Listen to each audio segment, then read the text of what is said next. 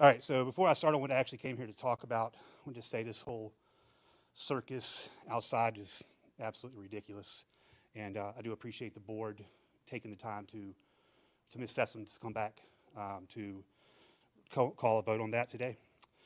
So it's been said that history is often written by the victors, but in the case of the Civil War, that statement may not hold true. While the Union Army of the North won the war, the Southern Confederacy may have won the narrative that followed. Soon after the failure of Reconstruction, the United Daughters of the Confederacy went to work rewriting textbooks and therefore history across the school systems in the South. They did so by blacklisting textbooks that they felt were unjust to the institutions of the South and publishing new ones that adhered to their distorted version of the Civil War history. This was known as the lost cause narrative. They reframed the Confederacy as a heroic defense of the Southern way of life against the overwhelming forces in the North. Their strategy was to preserve and teach their distorted perception of the war. This included the much romanticized lives of slaves and the relationships they had with their masters, which has been indoctrinated into so many people's minds that it is still believed to this day. The truth, however, doesn't mind being questioned, but a lie can't stand to be challenged, and America is built on a lie, the lie of white supremacy. We're all taught that lie by pretending it doesn't exist. Many people here today deny white privilege. They deny there's racial injustice in every American institution. We are taught to ignore these things in our schools.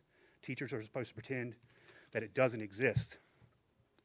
The state of Tennessee will fine a school district $5 million for teaching students the truth of our history.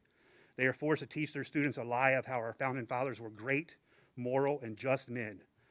I asked my 6th grade son what historical black figures he learned about while in school only. You know what the answers are. They're Martin Luther King Jr., Rosa Parks, Harriet Tubman, and George Washington Carver.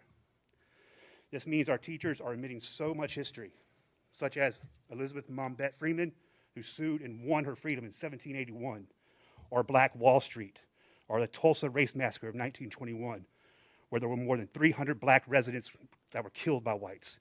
10,000 black people were left homeless and interned in camps.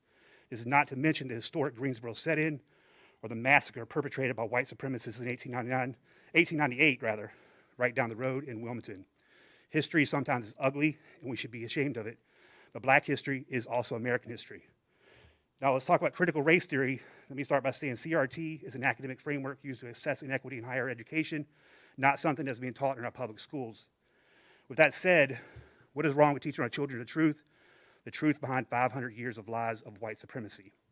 I'm running out of time, so in closing, we require you to push back against the Board of Commissioners and state CRT is not being taught at our schools, but at the same time let them know that we would not dictate American history be whitewashed to ensure Thank you. Thank you, Mr. Hall.